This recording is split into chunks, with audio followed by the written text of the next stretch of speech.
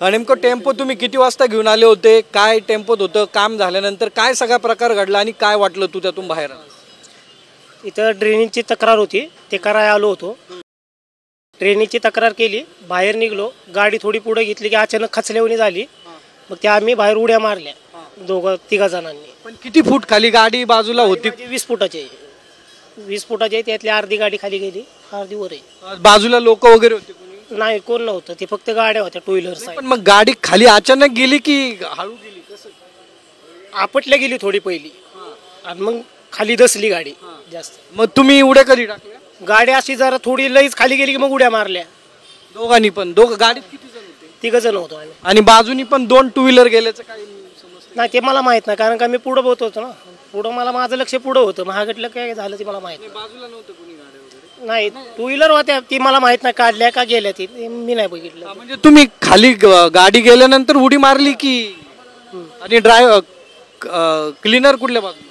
Clear बाहेरच होता, म्हणजे मेन म्हणजे गाड्या काढत होता साईडच्या. गाडी बाहेर काढू लागत होता ना, तेव्हा तो बाहेरच होता, साईडला होता. आपण तुमच्या बरोबर होते, काय झालं?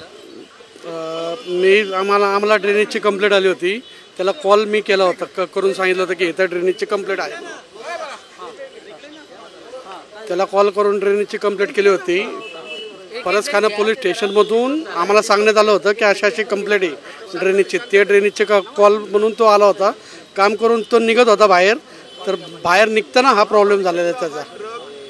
की आपण जर पाहिलं तर या ड्रायव्हरने सतर्कता जी आहे ती बाळगली आणि गाडीमधून उडी मारून स्वतःचा जीव वाचवलेला. ही गाडी खड्ड्यात पूर्णतः अजूनही फसलेली आहे. कॅमेरा सुमित भोसलेसह सागरावर, साम टीव्ही, पुणे.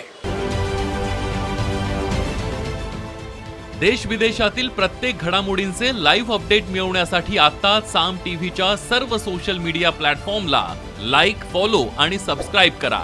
तसंच सर्व नोटिफिकेशनसाठी बेल आयकॉन प्रेस करायला विसरू नका.